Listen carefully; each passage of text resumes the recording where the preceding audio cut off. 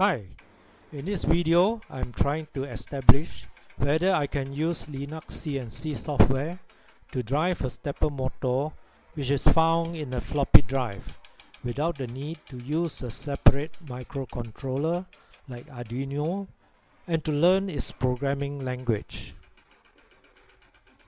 The computer screen is showing LinuxCNC running and a sample file called Spiral.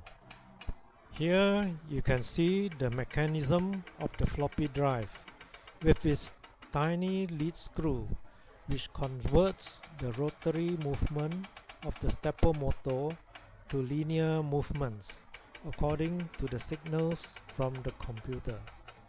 In this test, I'm actually using the same driver which was in the floppy drive.